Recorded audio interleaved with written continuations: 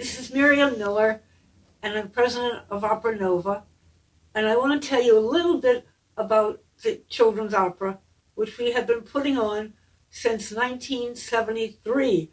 It gives a singularity to Arlington County as where it is based, but it's for all of Northern Virginia that we have our own opera company, an opera company that serves us, the smallest political entity in the United States to have its own opera company. And one of our signature productions is every year we put on an opera for school children.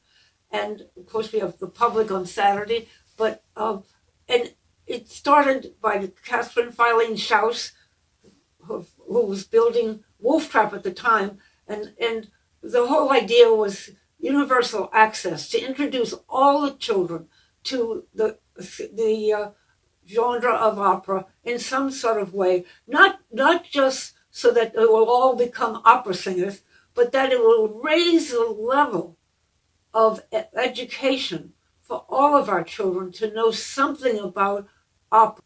And you kind of hope in some way, if we're going to achieve a high level of education for everybody, every child, every person, that they know they have of some kind of familiarity with opera. But I want to tell you about their attendance, because it's in a theater, the curtain is drawn, the lights go out, or the lights go out and the curtain is drawn, and they sit, and usually we now have had Jose Sacin has organized that so that he introduces the orchestra pieces. Each orchestra person can have 30 seconds of fame, and the timpani and boom, boom, boom, boom, boom, boom, boom, and the kids love it.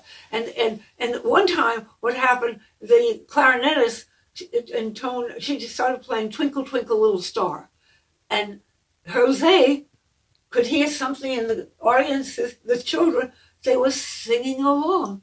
And he turned around and conducted the audience singing "Twinkle Twinkle Little Star." And it kind of got certain things. When they would write a thank you note, they all would say, I knew it was Star Wars, the piece that was played. But they're really listening, and they're really learning what these instruments are and how they talk and what the instruments do.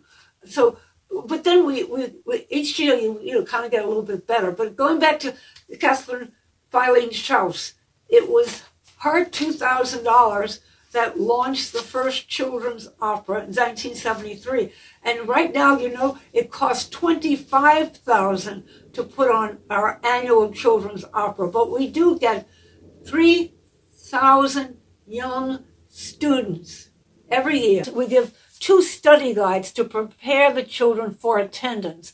And the study guide is related to the opera itself, what this particular opera, who the composer is, what opera voices, all kinds of things you might think of putting in. And then the little second one is very recent, and it is just to bring their attention to the wonderful world we live in, our nature. And this year we will have an environmental study guide will be about bees, and then about the pollinator bushes, and then a poem, Bees by Emily Dickinson. So we kind of stretch this education stuff, exposure all around. And we do several performances, of course, but the children, the audiences has actually changed through the years. And most recently, getting to be participation when they came to the opera. So not only do they sing a song or a poem that Jose has created before they come there, but when they get there, they get so involved. And when we were doing Monkey See, Monkey Do once before, the lead singer has he's lost his monkey, and he doesn't know where the monkey is, and it's part of a scene, and the monkey is jumping around the back where only the audience can see the monkey jumping around the back. So the children help him out. He goes to the front and he sings where is my monkey? Where is my monkey? They stand up and they say, there he is, go look around, turn around.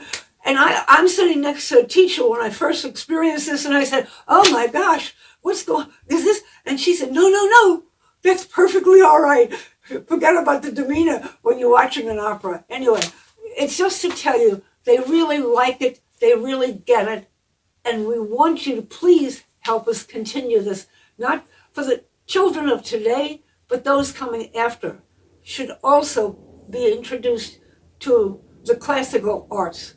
Let me please tell you how very much we depend on your helping us financially and be participating with us in making this available to all the children. So I want to thank you very much for helping us, and I hope you come and bring a child or see one of our productions in February 2020. Thank you.